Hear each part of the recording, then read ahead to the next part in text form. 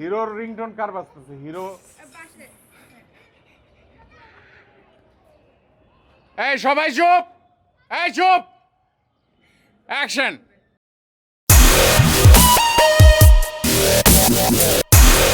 আসসালামু আলাইকুম প্রিয় দর্শক, মাত্র শেষ করে আসলাম রান্না বান্নার পর্ব। প্রতিযোগীদের সাথে যত রকমের এনগেজমেন্ট ছিল এই মাত্র শেষ হলো। এখন বিচারকদের সাথে বসেছি। বিচারকরা কি সিদ্ধান্ত নেয়, কাকে প্রথম করবে, কাকে দ্বিতীয় করবে, কাকে তৃতীয় করবে, এটা বিচারকদের হাতে। কিন্তু কে কিরকম করলো আগে একটু শুনবো। জাজরা মার্কিং করে ফেলছে অলরেডি, তাই না? তো মার্কগুলো আমার কাছে আছে, আলাদা আলাদাভাবে ইন্ডিভিজুয়াল মার্কিং হয়েছে। বাট তার আগে মনে হয় কিছু কথা শেয়ার না করলেই না এই কন্টেস্ট নিয়ে। সেটা হচ্ছে যে আমরা অনেক এক্সাইটেড ছিলাম, অনেক মজা করেছি। এবার আপনারা ভিডিওগুলো যখন অলরেডি দেখেছি, কারণ এই ভিডিওটা আমরা করছি আজকে, কিন্তু আমাদের অনুষ্ঠানটা শেষ হয়েছে, মানে আমাদের রান্না বান্নার পর্ব শেষ। এখন আমরা রেকর্ড করে রাখছি, বাট এই ভিডিওটা রিলিজ হবে ওই 10টা ভিডিও শেষ হওয়ার পরে, মানে যাতে আমাদের এই রেজাল্টটা ওদের যে পিপলস চয়েস অ্যাওয়ার্ড সেটার উপরে কোনোভাবেই কি বলে যে ইফেক্ট না করে। তো কামরুল ভাই, আমার মনে হয় যে আপনি একটু শুরু করেন। আমাদের যে পার্টিসিপেন্ট ছিলেন তাদের পার্টিসিপেন্টদের যে পারফরমেন্স ছিল, আপনার অবজারভেশনটা কি?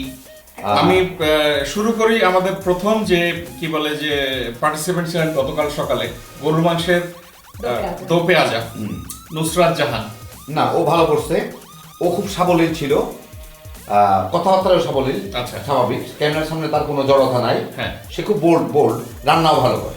আরেকটা জিনিস যেটা ভালো লাগছে নুসরাত জাহান আপুর, সেটা হচ্ছে আপু টাইমের আগেই কিন্তু রান্নাটা কমপ্লিট করে ফেলেছে। প্রথমে মনে হচ্ছিল যে এত সিম্পল একটা ডিশ, কিন্তু খাওয়ার পরে বোঝা গেছে যে না, এটা কোনো সিম্পল ডিশ না, মানে এটা অনেক সবকিছু মিলে একটা পারফেক্ট ডিশ ছিল। আর যেহেতু গরুর মাংস ছিল, আমাদের সবারই একটা কনফিউশন ছিল যে এটা 40 মিনিটে কভার হবে কিনা, টাইমের অনেক আগেই ওনার রান্নাটা কমপ্লিট করে ফেলছে। আর মাংসটা একদম ভালোভাবেই সিদ্ধ করা, হ্যাঁ সিদ্ধ হবে কিনা এটা একটা টেকনিক ছিল, যেটা ছোট ছোট করে কেটে নেওয়ার কারণে জলদি এটা হয়ে গেছে। আলুর চপটাও কিন্তু উনি খুব সিম্পল ভাবে করছেন, কিন্তু টেস্টটা অনেক ভালো ছিল। দ্বিতীয় প্রতিযোগীর ব্যাপারে চলে আসি। হানি গার্লিক চিকেন ছিল শামিমা সুলতানা আপুর। হ্যাঁ, আচ্ছা, হানি গার্লিক চিকেনের যে ব্যাপারটা, আমার আপু অনেক নার্ভাস ছিলেন। রান্নাটা মোটামুটি ভালো ছিল, তবে এটা যদি আপু বুকের মাংসটা না দিয়ে যদি থান, যেটাকে আমরা বলি থাইয়ের মাংস, ওটা দিয়ে করলে বোধহয় আরো বেশি ভালো হতো, তাই না ভাই? হ্যাঁ, ভিতরে অনেক কিছু ঢুকতো, অনেক কিছু ঢুকতো। আর মাংস যদি একটু কেটে নেওয়া হতো বা একটু যদি কেচে দেওয়া হতো, তাহলে পিসগুলো অনেক বড় ছিল না, উনি কেচে নিছে, পিসটা বেশ বড় থাকার কারণে ভিতর পর্যন্ত মশলা যায়নি। হ্যাঁ, টেস্টটা এভারেজ, আপনার সসটা ভালো ছিল, হ্যাঁ টেস্টটা ভালো ছিল।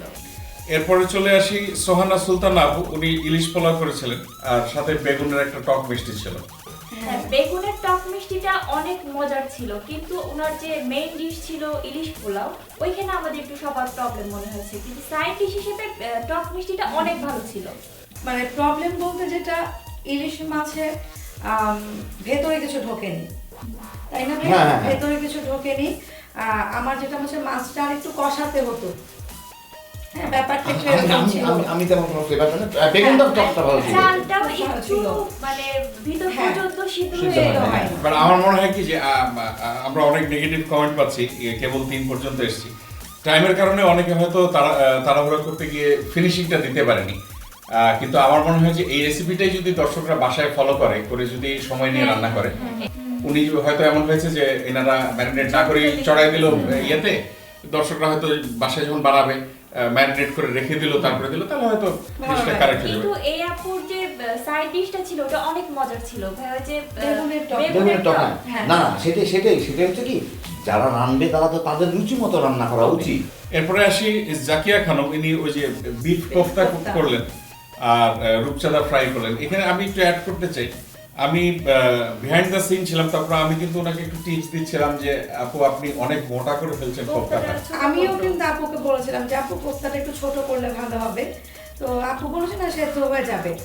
ভাইয়া বলেন যদি চিকন হতো কোফতা তাহলে সময়ও কিন্তু কম লাগতো, আর ভিতরে কিন্তু ভাজার সময় ভিতরের ইয়েটা হতো। আর রূপচাঁদা ফ্রাইটা মাছটাতে একটা উৎকো একটা গন্ধ ছিল, শুটকি মাছের মতো। হ্যাঁ মানে মাছটা অতটা ভালো ছিল না, আর মাছটার ভেতরে কিছুই ঢোকে নাই, মানে আমার কাছে যেটা মনে হয়েছে ভাই মাছটার ভেতরে কিছুই ঢোকে নাই। উনি যদি গ্রেভিটার ভেতরে মাছটা দিয়ে কিছুক্ষণ ঢেকে রাখতো তাহলে মনে হয় এটা খেতে আরো বেশি ভালো লাগতো। এই জিনিসটা হয়তো ভিডিওতে আপনারা দেখবেন যে উনি গ্রেভিটা রান্না করলেন, মাছটা ফ্রাই করলেন, প্লেটিং এর সময় মাছটা দিয়ে উপরে সসটা দিয়ে দিলেন।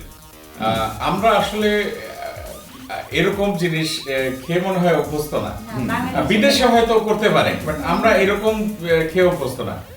আমি হলে করতাম কি, আমি যদি করতাম সসটা করলাম, মাছটা ভেজে নিয়েছি ঠিক আছে, মাছটা নিয়ে সসের ভিতরে দিতাম, দিয়ে 2 মিনিট ঢেকে রাখতাম বা ইয়ে করতাম, সসের ফ্লেভারটাও ভিতরে যেত।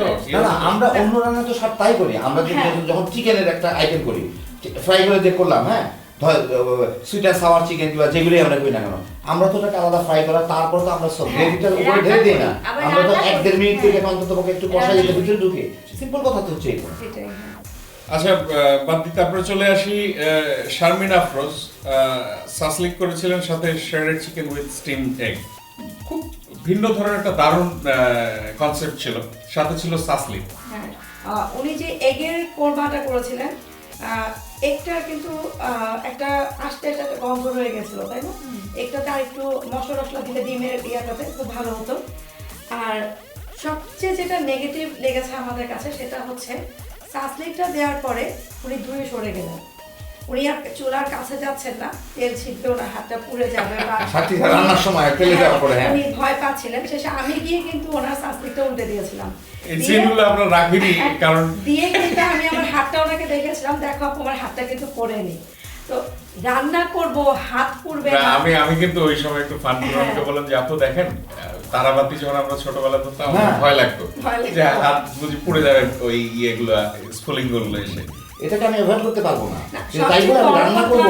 একটা কম্পিটিশনে এসে এরকম মানে দূরে সরে যাওয়া, উল্টাবো না, মানে এই জিনিসটা আমার কাছে আপনার থেকে সময়টা কম, আপনি হাত দিয়ে করেন, চামচ দিয়ে করেন, যেটা দিয়ে করেন, জলদি আপনার এটা করতেই হবে, শেষ করতে হবে। আপু অনেক নার্ভাস ছিলেন, এই আপনার প্রশ্নটা করিনি, প্রশ্ন করা হয়নি এই জন্য যে আমরা ওনাকে মানে টাইমটা কাভারই করতে পারিনি, উনি অনেক নার্ভাস ছিলেন, টাইম আপ হয়ে গিয়েছিল। তারপরে উনি সাসলিকটা দিয়ে যখন দূরে সরে গেলেন তখন আসলে আমরা 3 জাজি মানে হতভম্ব হয়ে গেছিলাম যে এটা কি হচ্ছে। তারপর ওনার সাসলিকটা কিন্তু পুড়েও গিয়েছিল, তাই না? একদম মানে একটা লেয়ার পুড়ে গিয়েছিল। হ্যাঁ, তো উনি ভয় উল্টাইতে যান নাই। তো এইটা ছিল প্রবলেম। তো জাজরা যেটা ডিসিশন নিয়েছেন, আমরা বেসিক্যালি 11টা ভিডিও শুট করেছি। এখানে যেটা হলো যে আমরা আগে বলেছিলাম যে ব্যাকআপ রাখবো। আমাদের অ্যাকচুয়ালি শুটিং এর ডেটটা ছিল 21শে ফেব্রুয়ারির পরের দিন, 22শে ফেব্রুয়ারি, 23শে ফেব্রুয়ারি। তো 21শে ফেব্রুয়ারির দিন একটা ট্র্যাজেডি হয়ে যায় ঢাকায়, পুরান ঢাকায়, যেটা আপনারা পত্রপত্রিকায় সংবাদ মাধ্যমে থেকে জানেন অলরেডি। তো যার কারণে আমরা 7 দিনের একটা কর্মবিরতি দিই যে আমরা এর মধ্যে কোনো অনুষ্ঠান করব না। তো আমরা পরের সপ্তাহে, দ্যাট মিনস পরের শুক্র শনিবার শুটিংটা কমপ্লিট করি। শুটিংটা কমপ্লিট করার কারণে একজন ক্যান্সেল করে দিয়েছিলেন যে উনি আসবেন না, পরে আমরা 10 জনকেই রাখি। আবার উনি শেষ সময় চলে এসেছেন এবং অনেক রিকোয়েস্ট করলেন ভিডিওটা করার জন্য। আমরা ওনাকে শনিবারে অ্যাকসেপ্ট করার একটাই কারণ হচ্ছে যে শারমিন আফরোজ আপুর পারফরমেন্সটা অনেক নড়বড়ে ছিল। তো নড়বড়ে পারফরমেন্স হওয়ার কারণে আমরা জাজরা যেটা ডিসাইড করলেন ইনস্ট্যান্টলি যে জাজরা ওনাকে কোনো মার্কিং করবেন না। আর ভিডিও যেহেতু হয়ে গেছে, আমরা যেহেতু রেসিপিটা দেখেছি, which is definitely exceptional recipe. আচ্ছা, এখানে আরো একটা কথা কিন্তু বলা হয়নি, সেটা হচ্ছে আপু যখন রান্না করছিলেন বারবার যে নাড়াচাড়া করছিলেন যে হাতাগুলোতে, ওগুলো নিচে পড়ে যাচ্ছিল। আপু ওই হাতাগুলো আবার তুলে না ধুয়ে টুয়ে আবার ওটা দিয়ে রান্না করছিল। এই ব্যাপারটাও কিন্তু আমাদের 3 জাজের একদমই জাজদের যেটা ডিসিশন যে জাজরা শারমিন আফরোজ আপুকে কোনো মার্ক দেবেন না। ভিডিওটা যাচ্ছে, ভিডিওটা আপনারা দেখবেন। আপনারা যদি রেসিপি পছন্দ করেন তাহলে পিপলস চয়েস অ্যাওয়ার্ড জন্য উনি জিততে পারে, আমাদের কোনো সমস্যা নেই, কোনো আপত্তি নেই। এরপরে আসলেন হচ্ছে আরিফা রহমান সুমি আপু। উনি শাহী চিকেন রেজালা করে ফেললেন এবং সাথে দিলেন চাইনিজ ভেজিটেবল। আপুকে দেখে কিন্তু মনে হচ্ছে আপু রান্না করে। হ্যাঁ, ওনার হাত নাড়ানোর ভঙ্গি বা নাড়াচাড়ার ভঙ্গি দেখে মনে হচ্ছে আপু বাসায় অনেক রান্না করে এবং রান্নাটা মোটামুটি ভালো ছিল।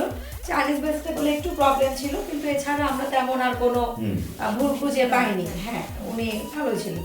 এবং যেটা কনফিউশন ছিল, কারণ ভাই বলছিল যে শাহি চিকেন রেজালা উনি কিভাবে 40 মিনিটে করবে, এটা তো অনেক লম্বা প্রসেস, কিন্তু করে ফেলছে পারফেক্টলি করছে কিন্তু হ্যাঁ, perfectly। হ্যাঁ মাংসের ভেতরে সব মশলা তারপরে আসলেন হচ্ছে শাহেরা বানু আপু, উনি টমেটো জিঞ্জার চিকেন ভুনা করলেন আর সাথে ওই যে ফিশ ভেজিটেবল ফিশ কাটলেট করলেন। হ্যাঁ, আপুর কাটলেটটা অনেক মজা অনেক মজা, হ্যাঁ বুঝাই যায় না ফিশ কাটলেট। হ্যাঁ, মানে চিকেনের মানে মেইন ডিশ থেকে ওনার সাইড ডিশটা বেশি মজা ছিল। তবে এই আপুর তেমন কোনো ভুল কিন্তু না, আমরা না, খুঁজে ভুলটা পাইনি। ভুল আমরা দেই নাই। আপু অনেক ভালো রান্না ভালো, হ্যাঁ। করেছিলেন। হ্যাঁ তারপরে চলে আসি রুবায়াত ফারজানা আপুর, উনি তেঁতুল সসের মধ্যে fish fry with garlic rice. এই আপুর কিন্তু ওই গার্লিক রাইসটা কিন্তু মেইন ডিশ ছিল না, গার্লিক রাইসটা ওইটা করেন নাই এখানে। তেঁতুলের সস দিয়ে ফিশ ফ্রাইটা ছিল আর সাথে একটা স্টার ফ্রাইড ভেজিটেবল ছিল। ভেজিটেবলটা না ধরে যদি আমরা ফিশটা মেইন ডিশ হিসেবে ধরি, ওইখানে ওই আরেকটা আপু যে মানে রূপচাঁদা ফিশ ফ্রাই, এটারও সেম প্রবলেম। হ্যাঁ এই আপুটাও ফিশটা ফ্রাই করতে আলাদা করতে, সস তৈরি করতে, দুইটা পরে সার্ভ করার সময় একটার উপরে আটা দিয়ে দিছে। মাছের যে একটা উৎকো গন্ধ বলে আসলে ওটা কিন্তু ভাইয়া ছিল না, ওটা তো থাকবে, কারণ হচ্ছে যে এটা হ্যাঁ, দুইটা আলাদা করে উপরে গ্রেভি দিয়ে দেওয়া, হ্যাঁ, তো মাছের গন্ধটা তো যাওয়ার কোনো উপায় না। যেটা আমাদের ভালো লাগে। হ্যাঁ, 2 মিনিট স্বাভাবিক। রান্না করা হতো, হ্যাঁ, তাহলে হ্যাঁ। কিন্তু এটা এই গন্ধটা তা লাগতো। আমরা রান্না করি কি জন্য? মাছের মধ্যে কোনো কিছু হ্যাঁ। ঢোকার জন্য তো। তাহলে আমরাও তো করতে পারতাম যে মাছটাকে আমরা একটু ভেজে নিলাম, তার উপরে যা খুশি একটা ঝোল ঢেলে দিলাম, হয়ে গেল। অনেক সময় ধরে লো আছে মাছগুলো ভাজা। হ্যাঁ। হ্যাঁ, মাছ এটা কিন্তু মাছটা ওনার বেশ বড় ছিল, ভাজতে বেশ টাইম লাগছে। হ্যাঁ আমার মনে হয় কি মাছটা ওনাকে আরো বেশি মশলা টশলা দিয়ে ভাইয়া মাখাতে হ্যাঁ, হতো, হ্যাঁ। তাই না? হ্যাঁ, আচ্ছা, যাই হোক, এখন চলে আসি আফসারা তাসনিম। উনি করলেন চিংড়ি পোলাও, সার্ভ করলেন গার্লিক মাশরুম দিয়ে, আমাদের চ্যানেলের রেসিপি। ভাইয়া শুরু করেন। ভাইয়া না, ভালো, তার চিংড়ি পোলাওটা ভালো, একটা খুব সুন্দর টেস্ট ছিল, দুইটাই ভালো, খারাপ না। 1 বছরে তাসলিমা আপু অনেক উন্নত, improve অনেক করেছেন। উন্নত হ্যাঁ, করছে। ওনার হাত নাড়ার ভঙ্গি মানে নাড়াচাড়া করার Professional, ভঙ্গি, professional। হ্যাঁ রান্না করার যে একটা, আমার বলছিলাম যে আপু দেখো পানি বেশি হয়ে যাচ্ছে কিনা, না আপু পানি বেশি হচ্ছে না, মানে সবকিছু Confident, মিলিয়ে হ্যাঁ, confident অনেক চলে কনফিডেন্ট ছিল এবং প্র্যাকটিস করছে ওনার বাসায়। হ্যাঁ, এবং রান্নাটা চমৎকার ছিল। হ্যাঁ। আমরা 3 জাজ কোনো খুঁত বের করতে পারি মানে অন্যান্য ক্ষেত্রে দেখা গেছে যারা পোলাও করছে বা রাইস টাইপের কিছু করেছে, তো ওদের রাইসটা দেখা যায় যে মাঝখানে হালকা একটু শ্বাস এরকম রয়ে গেছে, কিন্তু এই আপুর রাইসটা একদম Perfect, পারফেক্ট হ্যাঁ। পারফেক্ট ছিল। হ্যাঁ এবং ঝরঝরে ছিল। হ্যাঁ মানে একটা গায়ে লেগে লেগে যায়, যায়। ঝরঝরে ছিল একদম। আর ছিল হচ্ছে মাশরুম সতে একদম perfect, পারফেক্ট। হ্যাঁ। হ্যাঁ একদম পারফেক্ট। তারপরে আসলেন হচ্ছে বশিরা বানু আপু, উনি সয়া পোলাও করলেন, সয়া নাগেট দিয়ে পোলাও করলেন। হ্যাঁ। এইটা একটা ইউনিক রেসিপি। Unique recipe. ধরা যাবে না যেটা চিকেন দিয়ে করা, সরি সয়া দিয়ে করা হয়েছে। ভাইয়া তো প্রথমে ভুল হ্যাঁ, করলেন ভুল, যে হ্যাঁ, আমি তো এটা প্রথমে বোধহয় বলছি চিকেন। চিকেন, হ্যাঁ। আচ্ছা, এইখানে আমি একটু ব্যাকগ্রাউন্ড দিই। ইনার ভিডিওটা হয়ে গেল কি, এনার শুটিংটা একটু চ্যালেঞ্জিং হয়ে গেল। আমরা লাঞ্চের পরে এনার শুটিং শুরু করলাম। এর মধ্যে ওনার সাথে একটা ভালো হৃদ্যতা তৈরি হয়ে গেল আমাদের। ওনারা 2 বোন এসেছিলেন গল্প করতে করতে, যে অনেক জায়গায় উনি পার্টিসিপেট করেছেন, উনি অনেক জায়গায় ভালো রান্না করেন বাসায়। তো ওনার রান্নার স্টাইল দেখেও বোঝা যায় যে উনি অনেক প্রফেশনালি রান্না করেন। যে জিনিসটা হয়ে গেল যে ওনার ভিডিও করতেই আমাদের 2-3টা গ্লিচ হয়ে গেল টেকনিক্যাল। উনি দুঃখ করে বলছেন যে দেখেন আমার আসলে রাশিটাই খারাপ, আমি যেখানেই পার্টিসিপেট করি সেইখানেই টেকনিক্যাল সমস্যা হয়। আমি ওনাকে মোটিভেট করার জন্য অনেক কথা বলছি যে দেখেন যে আমার ক্যামেরার প্রবলেম তো আমার হয়েছে, আপনার না, তো রাশি তো আমার খারাপ, আপনার না, আপনি মন খারাপ করছেন কেন? এবং বেচারি যথেষ্ট এফোর্ট দিচ্ছে, কোঅপারেট করছে এবং ফাইনালি যে ভিডিওটা গেছে, উনি এটা কিন্তু সেকেন্ড টাইমের ট্রাই। একজন পার্টিসিপেন্টের কাছ থেকে এটা আশাই করা যায় না যে অন্য কেউ হলে হয়তো বলে বসতো যে আপনার কি জিনিসপত্র নিয়ে বসছেন। দেন আমরা কিন্তু ইউটিউবার, আমরা টিভি চ্যানেল না যে 50টা ক্যামেরা লাগাই দিয়ে বসছি, ব্যাকআপ আছে, এই আছে সেই আছে। একটা সীমিত সাধ্যের মধ্যে আমরা কাজ করি। আমরা প্রি প্রোডাকশনের কাজ আমরাই করি, পোস্ট প্রোডাকশনের কাজ আমরাই করি। তো এরই মধ্যে গ্লিচ হলে সেটা যে একজন পার্টিসিপেন্ট ক্ষমা সুন্দর চোখে দেখবেন, এইটা মানে আপুকে অনেক অনেক ধন্যবাদ ওনার আন্ডারস্ট্যান্ডিং এর জন্য। এবং রান্না দারুণ ছিল। এটা দ্বিতীয় অ্যাটেম্প, অর্ধেক রান্না করে বাদ দিয়ে আবার নতুন করে শুরু করে পুরো ভিডিওটা করা হয়েছে। উনি কিন্তু আসলে কিন্তু উনি একজন রান্না পাগল মহিলা, অসম্ভব রান্না পাগল মহিলা, রান্না পাগল মহিলা। আমাদের কোনো হাত দেখেই বোঝা যায় যে উনি অনেক রান্না করেন। আমার হয়তো প্রেজেন্টেশন দর্শকদের কিরকম লেগেছে জানি না, বাট উনি অনেক সুন্দরভাবে কাজ করেছেন, ম্যানেজ করেছেন। আর আমি আপুর কাছে আমি প্রডিউসার হিসাবে খুবই খুবই কৃতজ্ঞ ওনার কোঅপারেশনের জন্য, আজকে সহযোগিতার জন্য। আচ্ছা, চলে আসি এরপরে ফাতেমা বিনতে মনির। উনি চিকেন বিরিয়ানি উনি চিকেন হায়দ্রাবাদি করেছিলেন। না ভালো, ওনার চিকেন হায়দ্রাবাদি ভালো। ডিমের ডালি কাপটা এক্সেলেন্ট আমি বলবো, কারণ আমাদের কোনো আইডিয়া ছিল না, জিনিসটা বুঝাই যায় না। মানে না, এই ধরনের এইটাও কিন্তু এই ধরনের কম্পিটিশনে যে নতুন নতুন রেসিপি বের হয়ে আসে, আমরা তো চিন্তা করতে পারছি যে ডিমের জালি কাবাব বানাবে, আচ্ছা বলো, তাই না? কতগুলো নতুন ওই যে শ্রেডেড চিকেন আর ডিম কি ছিল, শ্রেডেড চিকেন না, ওটা ভালো, ওটা ভালো। এটা কনসেপ্টটাই আলাদা।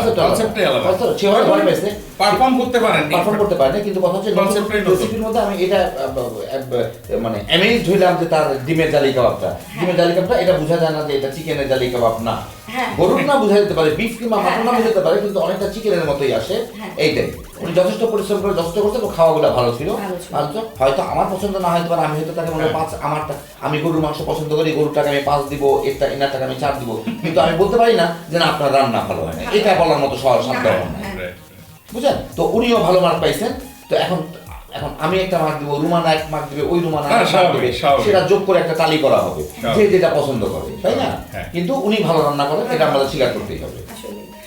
বিচারকদের তো মন্তব্য আপনারা শুনলেন। এখন আমি একটু বলি, যখনই খাওয়া শেষ হয়, শুটিং শেষ হয়, তারপর তো আমরা ঝাঁপিয়ে পড়ি খাওয়ার জন্য। কয়েকটা রেসিপির নাম আমি সত্যি কথা বলতে না বললে একটু অকৃতজ্ঞতা হয়ে যাবে, কারণ আমি তো খেয়েছি জিনিসটা। একটা হচ্ছে সয়া নাগেট দিয়ে পোলাও। কোনো উপায় নেই বোঝার যে এটা চিকেন না, এটা চিকেন না। খাওয়ার সময় মনে হবে যে এটা চিকেন সসেজ যে আছে, চিকেন সসেজ গুলো কেটে কেটে দিয়ে এই পোলাওটা করা হয়েছে আর কি। কোনো চান্স নেই বোঝার, এবং একেবারে ইউনিক রেসিপি, কখনো শুনিনি, কখনো দেখিনি। তারপরে আরেকটা রেসিপি আমার কাছে অসাধারণ লেগেছে, সেটা হচ্ছে এই ডিমের জালি কাবাবটা। এই দারুণ কনসেপ্ট। মাছের একটা কি কাটলেট ছিল, অসাধারণ। তারপরে চিংড়ি পোলাও। তো আর কথা না বাড়িয়ে আমি বিচারকদের রায় অনুযায়ী প্রথম, দ্বিতীয়, তৃতীয় ঘোষণা করছি। আচ্ছা, আপনারা যদি কেউ ব্রেকডাউন চেক করতে চান যে জাজরা কাকে কোন বিষয়ে কত মার্কস দিয়েছে, সেই ব্রেকডাউনটা আমাদের ওয়েবসাইটে থাকবে। কুইক রেসিপি কুক 2 এর যে পেজগুলো আছে, ওখানে ফলাফলটা আপনারা দেখে নিতে পারবেন। ওখানে ডিটেইল ব্রেকডাউনটা থাকবে, তাহলে আপনারা বুঝতে পারবেন যে কে কাকে কত মার্ক দিয়েছে। আমাদের কাছে গড় করে যে ফাইনাল যে নাম্বারটা, ফলাফলটা আমরা সেটা বলছি। সেটা অনুযায়ী আমাদের এবারকার প্রতিযোগিতায় তৃতীয় হয়েছেন শাহেরা বানু আপু। উনি মোট গড় নম্বর পেয়েছেন 25। এরপরে 25.5 গড় নম্বর পেয়ে দ্বিতীয় হয়েছেন বশিরা বানু আপু। আর আমাদের এই প্রতিযোগিতায় চ্যাম্পিয়ন হয়েছেন, মানে প্রথম হয়েছেন আফসারা তাসনিম আপু। উনি সর্বমোট নম্বর পেয়েছেন 28। তো 3 আপুকে কংগ্রেচুলেশনস। আপুদের জন্য অনেক অনেক ভালোবাসা। আমাদের ডাকে সাড়া দিয়ে এরকম পরিশ্রম করে আমাদের সাথে সারাদিন ধরে থেকে একটা অনুষ্ঠানকে সফল করে তোলা, সত্যি আমরা অসম্ভব কৃতজ্ঞ আপনাদের কাছে। এই 3 জন আপুনা বা এই 10 জন বা এই 11 জন আপুনা, মানে যতজন অ্যাপ্লাই করেছিলেন, যতজন আমাদের ডাকে সাড়া দিয়েছেন, সবার কাছেই আমরা কৃতজ্ঞ। এবং এই কৃতজ্ঞতা আসলে বলে প্রকাশ করা যাবে না। এই কৃতজ্ঞতা কোনোভাবে, এই কৃতজ্ঞতার ঋণ কোনোভাবে শোধ করা যাবে না। আমাদের সাথে সবসময় থাকবেন। আল্লাহ হাফেজ।